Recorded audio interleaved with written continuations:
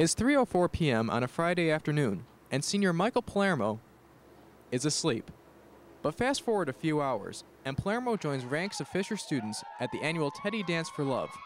Focused on raising money for Camp Good Days and Special Times, an organization dedicated to helping children suffering from cancer, the dance has a few unique selling points, one being that it lasts for 24 straight hours, and another being that those who can stay for the full time have an amazing experience. Palermo is just one of the many students this year who has dedicated himself to staying for the full period. I enjoy it. You get to know a lot about yourself, you get to test your endurance, and in the end, it's definitely worth it. For many people, the prospect of staying up for 24 hours would be a daunting one. But for the students at Teddy 29, that is the main element which keeps them going. Junior Courtney Badger explains why the 24 hours are an important part of the Teddy Dance. There's so many different types of fundraisers and ways to raise money for children for all different reasons, diabetes, cancer, everything. But everything goes like for a walk or something, so everyone's so used to that. But if you do like a 24-hour dance, no one's really ever heard of that, and that's what kind of intrigues people to do it. And I mean, why would you just do 12 hours? If you did 12 hours, just push yourself and do it a little longer. It makes people really more interested in donating it, and they want to make more of a difference.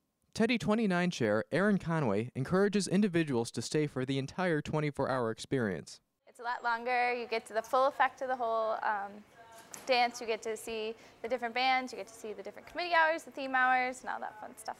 Many students have expressed their interest in staying for all 24 hours of the Teddy Dance. But what makes all 24 hours so important?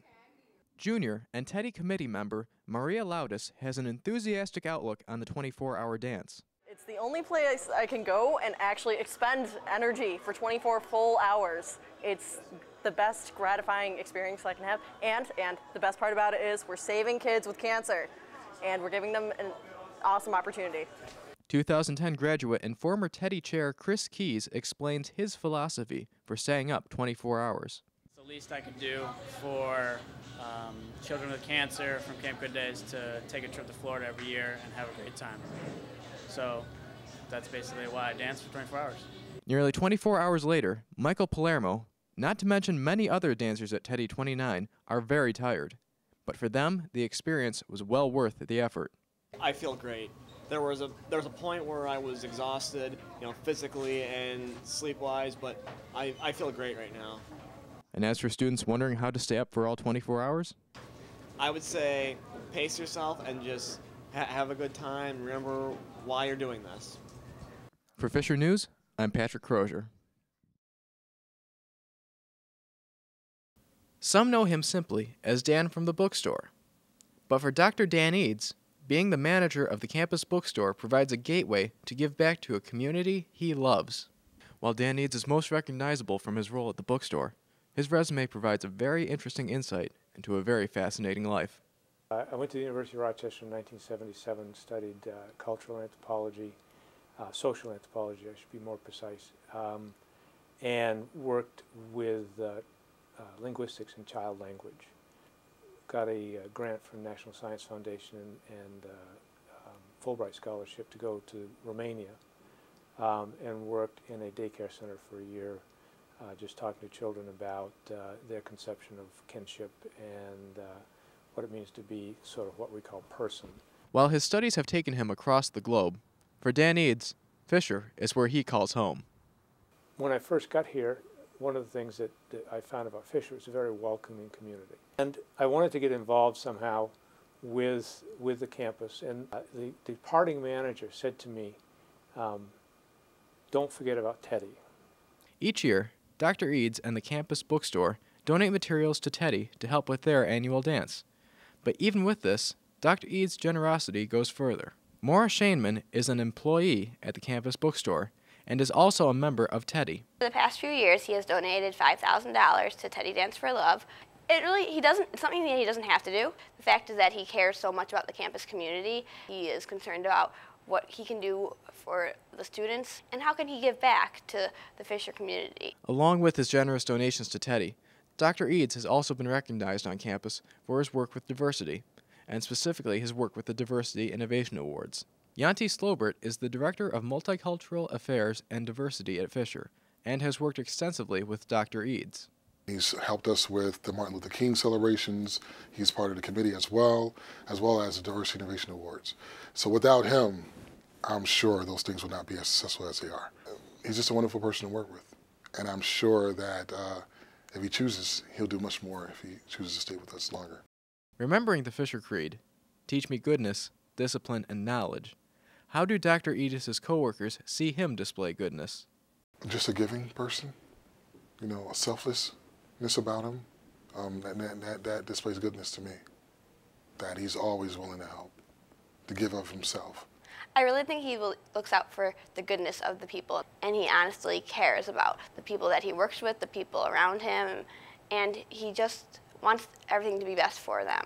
My basic idea is that I just do the best job that I can and make sure that people who come in contact with me go away feeling that I haven't harmed them in any way or done some good. I mean, I think in your work and life, do good.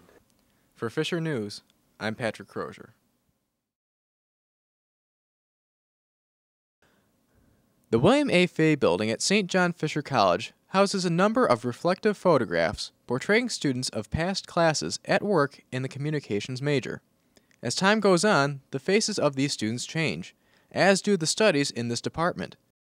Beginning in fall 2011, incoming students in the communication journalism major will study under a new curriculum, one which reflects changes in the communication career fields.